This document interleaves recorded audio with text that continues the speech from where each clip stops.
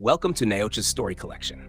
Today, I will explain a fun, spooky, and heartwarming Halloween movie called Under Wraps. So grab your popcorn, sit back, and let's get started.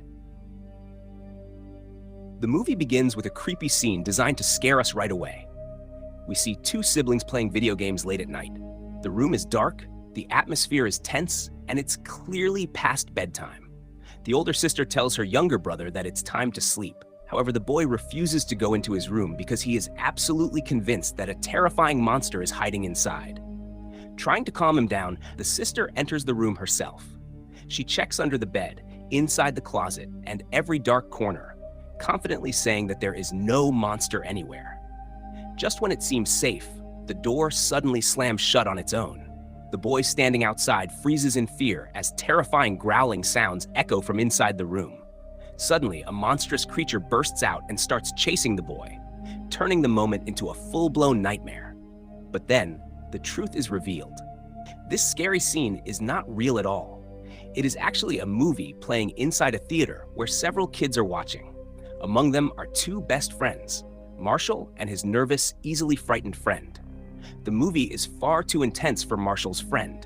He panics, stands up, and rushes out of the theater. Marshall follows him outside, where his friend struggles to breathe and quickly uses his inhaler. Marshall asks him why he gets scared so easily, especially with Halloween just around the corner. He reminds him that if he keeps running away from fear, he'll never enjoy Halloween properly. Later, the boys visit a girl who owns an antique shop. She loves spooky things and decides to mess with them by suddenly jumping out in a werewolf costume. While Marshall laughs, his friend nearly has a heart attack.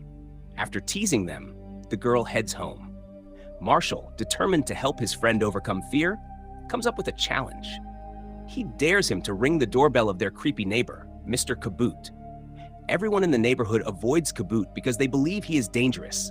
Some kids even think he's a killer. Nervous but determined, the friend walks up to Kaboot's door and rings the bell. Suddenly, Kaboot appears right behind him, silently. Completely terrified, the boy screams and runs back to Marshall as fast as he can. That night, Marshall is dealing with his own emotional problems at home. His mother invites her boyfriend over for dinner. Marshall clearly dislikes this and feels uncomfortable seeing another man trying to be part of their family. In anger and frustration, he storms away from the dinner table. Later, Marshall's mother comes to his room and gently tells him that she wants to move on with her life. She hopes he will understand someday. Marshall is left feeling hurt, confused, and alone. Suddenly, Marshall hears his walkie-talkie crackle. His frightened friend tells him to look outside immediately. When Marshall looks out the window, he sees something shocking. Two strange men are carrying a large, heavy box into Mr. Kaboot's basement. The friend panics, believing the box contains a dead body. Marshall thinks carefully and suggests it could be something else, like a statue. Still, Kaboot's strange behavior makes the situation feel very suspicious. The next day at school, the boys tell their classmate what they saw. She dreams of becoming a reporter and is desperate for a real mystery to investigate. Perfect timing, because their class is going on a trip to the local museum. At the museum, the kids see an ancient mummy on display. Their classmate notices something strange right away.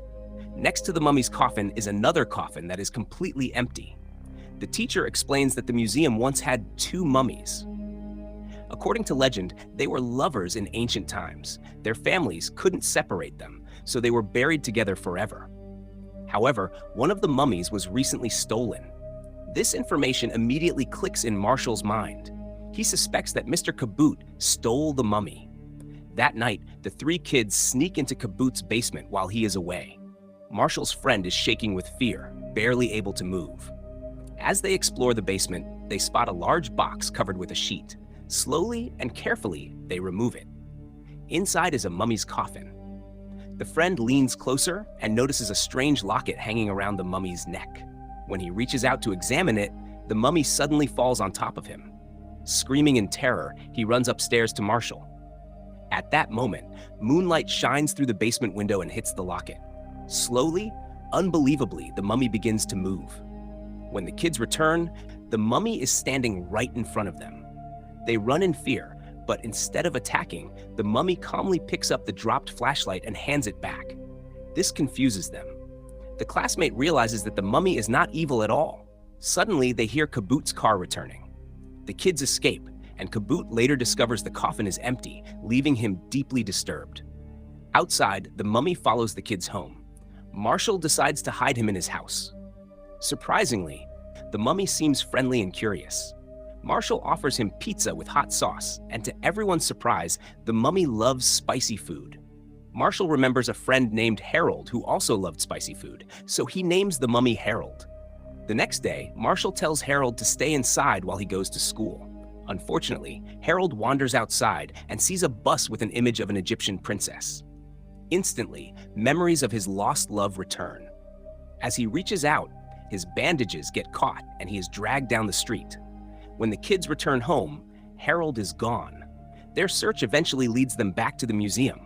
They secretly bring Harold out and take him to the antique shop.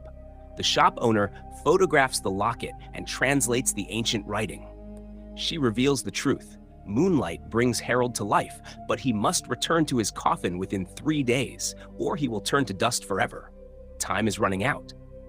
Meanwhile, Kaboot realizes the kids stole the mummy and tracks them down. During a confrontation, Kaboot's men steal the locket, causing Harold to collapse lifelessly. Kaboot takes the mummy and plans to sell it. At an ice cream factory, Kaboot shows Harold to a buyer and receives payment. But Marshall and his friends arrive with a plan. They retrieve the locket, and at the perfect moment, it lands around Harold's neck. Moonlight strikes, and Harold comes back to life. This time, Harold fights back. He throws Kaboot's men around effortlessly. The kids tie up the villains and rush Harold back to the museum. There, Harold reunites with his beloved princess. Finally at peace, the two mummies lie down in their coffins together, reunited forever. In the end, the news reports that the missing mummy mysteriously returned on its own. Kaboot and his gang are arrested. Marshall finally accepts his mother's boyfriend, realizing he truly cares about her. The movie ends with friendship, family, courage, and the message that fear can be overcome. And that's the full story of Under Wraps. If you enjoyed this movie explanation, don't forget to like, share, and subscribe to Naocha's story collection. See you in the next video.